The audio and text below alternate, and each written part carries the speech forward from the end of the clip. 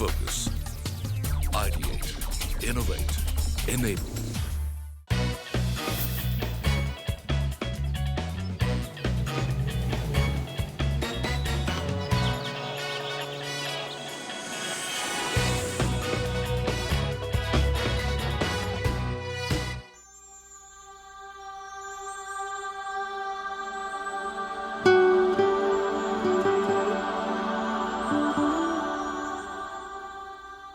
हिंदुस्तान में खूबसूरती की बात करें तो उसकी तुलना कश्मीर से होती है। विदेशी सुंदरता के कसीदे पढ़ें तो स्कॉटलैंड का नाम निकलता है। कूर गाने वाले भारतीयों ने इसकी सुंदरता से प्रभावित होकर इसे दक्षिण का कश्मीर कहा, तो विदेशियों ने इसको नाम दिया स्कॉटलैंड ऑफ इंडिया। ये भारत की खुशकिस्मती है कि उत्तर में हमारे पास कश्मीर और दक्षिण में कुर्ग जैसी जगह है। क्लब महिंद्रा प्रेजेंट CNBC आवाज इंडिया ट्रैवलॉग में हर हफ्ते हम आपको ऐसी खास जगहों से परिचित कराते हैं।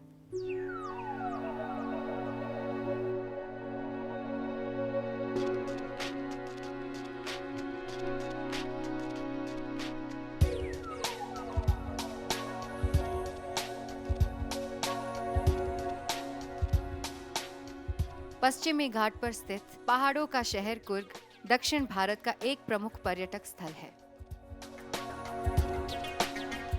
कर्नाटका का ये खूबसूरत पर्वतीय स्थल समुद्र तल से 1525 मीटर की ऊंचाई पर है।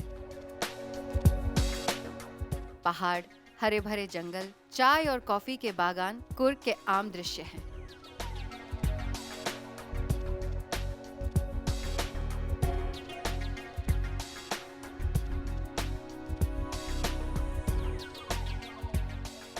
कावेरी नदी का उद्गम स्थल होने की वजह से कुर्ग का धार्मिक महत्व भी है। मडिकेरी कुर्ग का जिला मुख्यालय है। इसका नाम यहाँ के पहले शासक मुद्दू राजा के नाम पर पड़ा। मडिकेरी आने के लिए निकटतम एयरपोर्ट है मैसूर और मैंगलोर, जो यहाँ से लगभग 120 और 135 किलोमीटर दूर है। बैंगलोर से इसकी दूरी करीब 252 किलोमीटर है। सुंदरता से भरपूर इस शहर में पर्यटकों का मन बहलाने के लिए ढेरों घूमने लायक जगहें हैं। उनमें से एक है दुबारे एलिफेंट कैंप।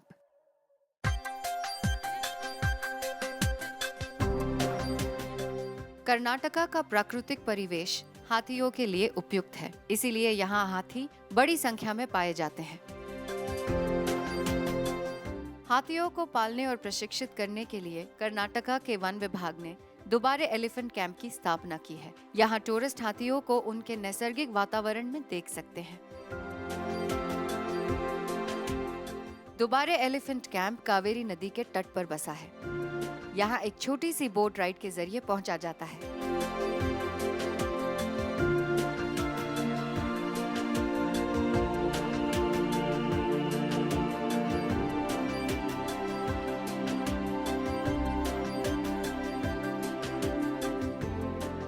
हम आ पहुंचे हैं दुबारे एलिफेंट कैंप।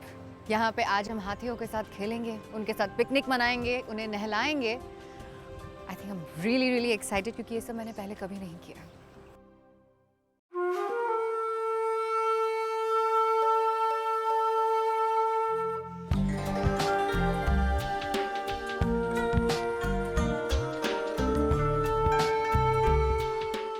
दुबारे एलिफेंट कैंप में पहुंचते ही पता चल जाता है कि हम हाथियों की बहुलता वाले इलाके में हैं।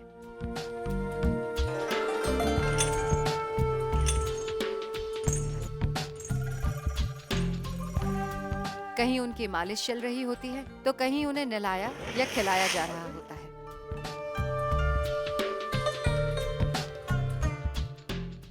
दुबारा एलिफेंट कैंप की सबसे खास बात यह है कि हाथियों के पालन और प्रशिक्षण के लिए यहाँ बहुत ही कुशल स्टाफ है। हाथियों के रहन सहन के अच्छे जानकार पशु विज्ञानी यहाँ उनकी देखभाल का सारा जिम्मा संभाल लेते हैं। यही वजह है कि पर्यटकों को भी उनसे हाथियों के बारे में बड़ी प्रामाणिक जानकारी मिल जाती है।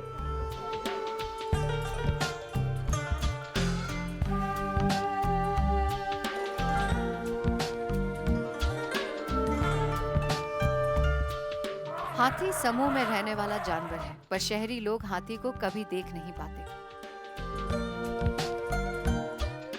और अगर देख भी लेते हैं तो सड़क से गुजरता वह एकलौता हाथी होता है। बचपन में जब सड़कों से हाथी गुजरा करते थे तो हमारे मन में छोटा सा एक बच्चा बोल पड़ता था कि उसे हाथ लगाए, उसे खाना खिलाए, उसे छुएं। आज मुझे ऐसा लगता है कि मैं ये सब कुछ पूरा कर रही हूँ। दोबारा एलिफेंट कैंप कुर्ग में आप हाथियों के साथ खेल सकते हैं, उन्हें नहला सकते हैं, उन्हें खिला सकते हैं, उन पर बैठ भी सकते हैं। क्या कुछ नहीं कर सकते हैं? अगर आप मुझसे पूछे तो मैं उनसे दोस्ती करना चाहती हूँ। आई थिंक हाथी से प्यारा जानवर कोई है ही नहीं।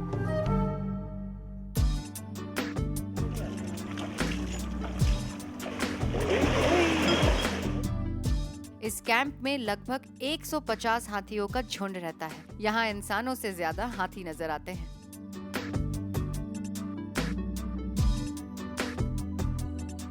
इंसानों की तरह हाथी भी पानी में मौज मस्ती करना पसंद करते हैं।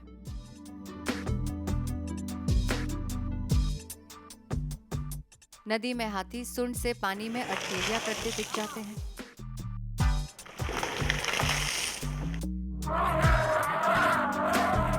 कहीं वो पानी में नहा रहे होते हैं, कहीं अपनी विशाल और भारी भरकम काया के साथ पानी में लेटे नजर आते हैं। इन सबसे खास बात यह है कि पर्यटक अपनी हाथियों की इस मौज मस्ती में शामिल भी हो सकते हैं। कर्नाटका में त्योहारों के समय हाथियों को सजा धजाकर उत्सव में शामिल करने की परंपरा रही है।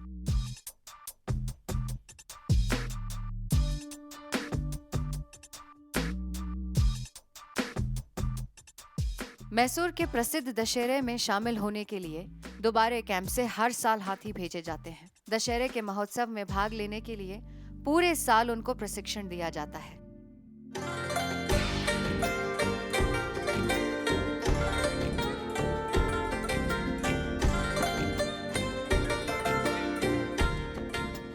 दोबारे के हाथी अपने ट्रेनर्स के साथ जिस सहजता के साथ जीते हैं, उसे देखकर काफी सुखद अनुभव होता है।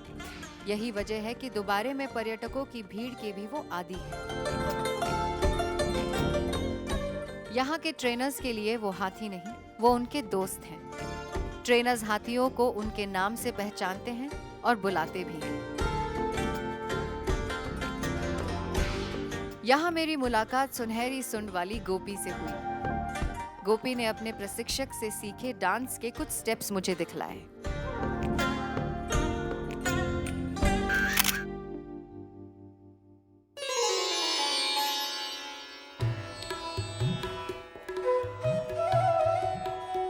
ये है मडिकेरी का प्रसिद्ध ओमकारेश्वर टेम्पल। इसे सन 1820 में महाराजा राजेंद्र लिंगा द्वितीय ने बनवाया था।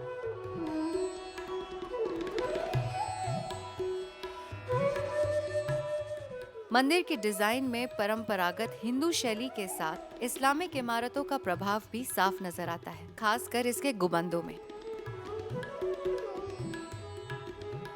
ओमकारेश्वर भगवान शिव का मंदिर है। कहते हैं कि यहाँ की मूर्ति काशी से लाई गई थी। मंदिर के कैंप पे स्थित पानी का कुंड यहाँ की शांति और भक्तिमय वातावरण को दुगना कर देता है। इस कुंड में मछलियों और बतखों को तैरते हुए देखना बहुत सुकून भरा लगता है।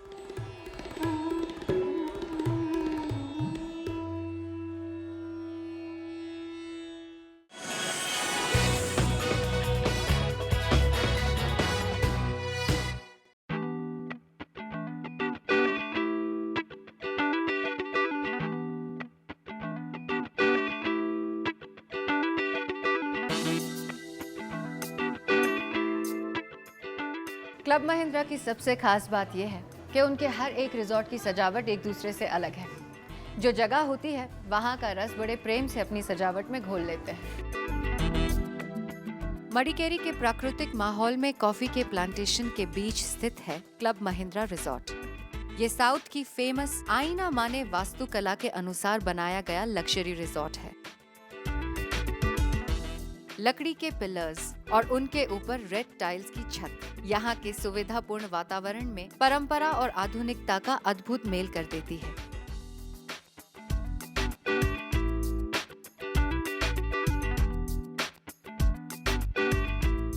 लगभग 220 कमरों वाले इस रिजॉर्ट की सबसे बड़ी खूबी है इसका प्रकृति की गोद में बसा होना। यहाँ के हर कमरों में बालकनी है, जिससे घने जंगल के दृश्य साफ दिखाई देते हैं। क्लब महिंद्रा के रिजॉर्ट सिर्फ रहने और ठहरने की जगह से कहीं बढ़कर होते हैं। यहाँ मनोरंजन, खेल कूद और विभिन्न गतिविधियों की व्यवस्था की जाती है, ताकि मेहमान यहाँ आकर छुट्टियों के हर पल का मजा उठा सके।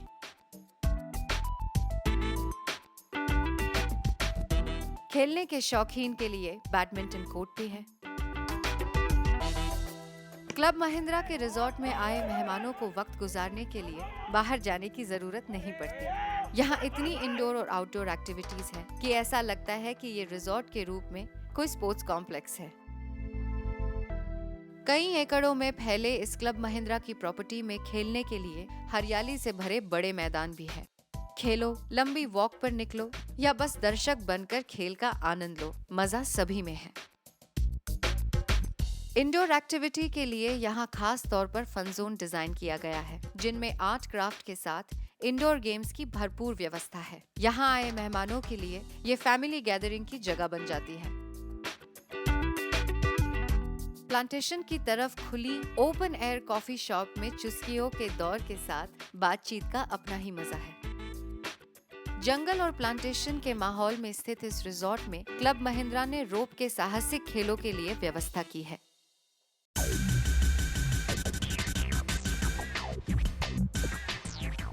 इस एडवेंचर एक्टिविटी में मेहमान अपने साहस, बल, निडरता, चुनौती इत्यादि सभी भावनाओं को जी लेते हैं। क्लब महिंद्रा इस गतिविधियों का संचालन सुरक्षा और उपयुक्त मानदंड के अनुसार करता है। सुरक्षा मेहमानों को सहज करती है और वो इन साहसिक कारनामों को अंजाम दे पाते हैं। क्लब महिंद्रा के हर एक रिजॉर्ट में कुछ ना कुछ खास होता है। एक्टिविटीज के नाम पे तो ये लोग जश्न मना देते हैं। मैंने सुना है कि यहाँ 24 अलग अलग किस्म की एडवेंचर एक्टिविटीज हैं। मेरी तो बस शुरुआत है। इस पर्टिकुलर एक्टिविटी को कहते हैं बर्मा ब्रिज। बर्मा ब्रिज इसलिए कहते हैं क्योंकि बर्मा मिलिट्री में रिवर क्रॉसिंग के लिए इस किस्म का सेटअप यूज़ किया जाता था।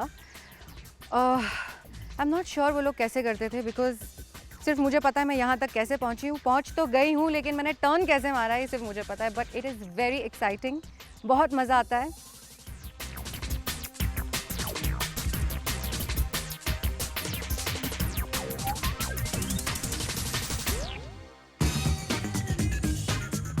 बर्मा ब्रिज के बाद अब मैं खड़ी हूँ स्विंगिंग ब्रिज पे, और ये वाला थोड़ा सा मुश्किल है, लेकिन उस एडवेंचर का मज़ा ही क्या जिसमें थोड़ा सा थ्रिल ना हो। And I am quite thrilled and I am coming back to you. Okay,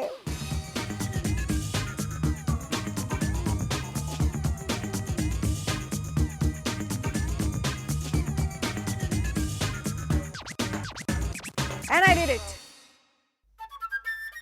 Madikeri resort club Mahindra के देश भर में सभी रिजॉर्ट्स में सबसे बड़ा है। यही वजह है कि यहाँ के स्वास्थ्य स्पा को बहुत ही बड़ी जगह दी गई है।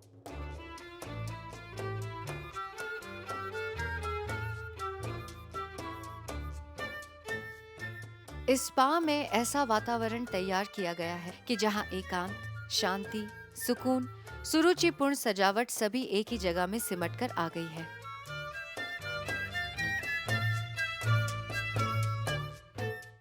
इस स्पा के ट्रीटमेंट इंटरनेशनल लेवल के हैं। यहाँ सबसे ज्यादा ध्यान आयुर्वेदिक पद्धतियों पर दिया जाता है, लेकिन इसके अलावा यहाँ थाई, स्वीडिश उपचार भी किए जाते हैं।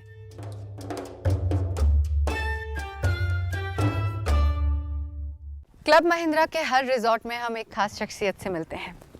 आज हमारे साथ जुड़े हैं Vijay Mohan ji, regional head operations Karnataka and Tamil Nadu. Welcome on the show sir. I am very happy to be here. Property is very beautiful. पर मैं आपसे पूछना चाहती हूँ कि मैं इतने सारे लोगों से मिली, इस रिजॉर्ट की क्या यूएसपी है? क्लब महिंद्रा मडिकेरी क्लब महिंद्रा का सबसे बड़ा रिजॉर्ट है। यहाँ पे 220 कमरे हैं and this resort is spread over 34 acres of coffee plantation and rainforest. Wow. All the rooms have got a balcony. And when you sit in these balconies, you get a feeling कि हम nature के साथ हैं, हम जंगल के अंदर बैठे हैं. So that is one of the biggest USPs of this place. And then we have something known as Planters Club. Planters Club में we serve about 20 different varieties of coffee. And the most famous South Indian filter coffee is also, something that people appreciate. I believe that you do a lot of sustainable practices. See, we've been in this place for about 11 years now. Right, that's a long And time. in the last 11 years, about 50% of our employees are from the local community. Wow. And they are people who are hospitable by nature, but they have not studied hospitality. So we've done our bit of training and grooming to bring them into our system. Likewise, there are a lot of vendors who are from this place. Right. And they have come into the picture because of us. Then there are a lot of these cab drivers.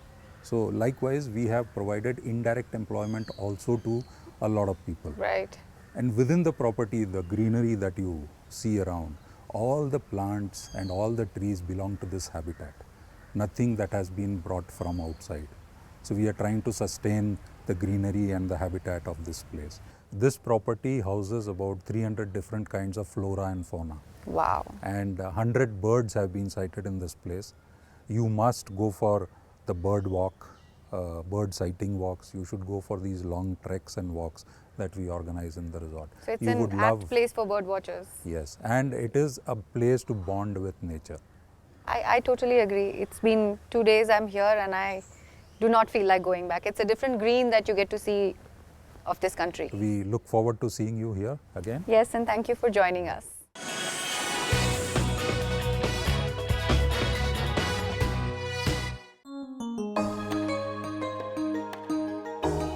ये साधारण से दिखने वाला रास्ता एक असाधारण spot की ओर जाता है। यहाँ आने वाले सभी लोग कुछ दूर पैदल चलकर उस स्पॉट की तरफ जाते हैं। इस घनी छांव में ये रास्ता और भी लुभावना लगता है और जब मंजिल आती है तब ये नजारा देखने मिलता है।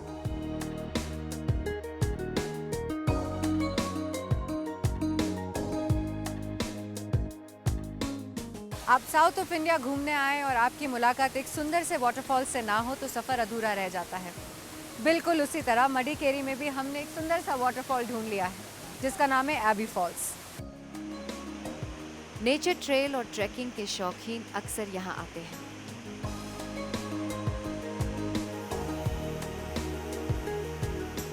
कावेरी नदी अपने पूरे जोश और उमंग के साथ यहाँ पूरे साल इसी तरह अपनी अदा बिखेरती रहती है।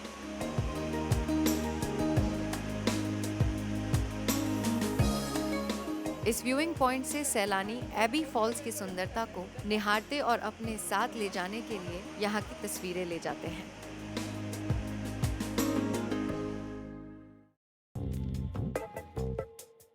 कुर्ग में ढेरों जनजातियां रहती हैं।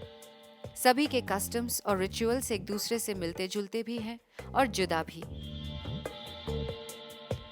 कितना अच्छा लगता है जब हम एक नई जगह पर आते हैं और वो जगह के लोग आपको बिल्कुल अपना बना लेते हैं। क्लब महिंद्रा के हर रिजॉर्ट में उनकी एक्टिविटीज़ उनके कल्चर के साथ जुड़ी हुई होती है। आज मैंने सोचा कि मैं इनके रंग में भी रंग जाऊं। उन्होंने मुझे कुर्गी साड़ी में तैयार किया है और डांस के कुछ स्टेप्स भी सिखाने वाली है। Yes Tashma, okay let's go. यहाँ शादी, त्योहार, जन्म, मृत्यु सभी के अलग अलग डांस और सॉन्ग्स हैं और सभी में गहरे भाव और मतलब छुपे हुए हैं।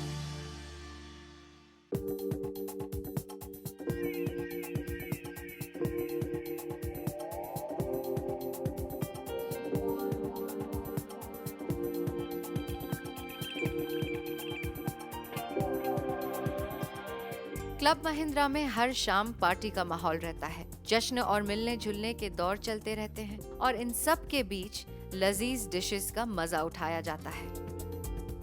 क्लब महिंद्रा के एक्सपर्ट कुक्स मेहमानों की हर शाम को यादगार बनाने के लिए खाने के स्वाद पर खास ध्यान देते हैं।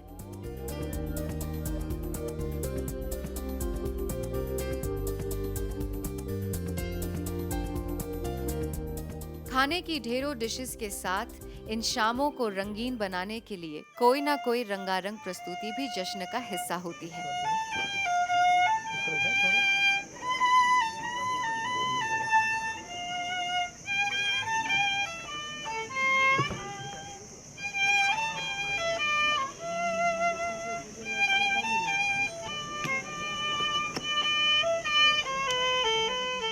इस खूबसूरत दिन के बाद इन सुरीली धुनों ने शाम में 4 चांद लगा दिए हैं। एक ट्रैवलर को और क्या चाहिए? बारबेक्यू बाय द पूल, इतना सुहाना मौसम और इतनी सुरीली धुनें। मडिकेरी की सुंदरता देखने के बाद अगले हफ्ते हम जाएंगे कुर्ग के एक दूसरे डिस्ट्रिक्ट विराजपेट, जिसकी खूबसूरती पहाड़ों में बसती है।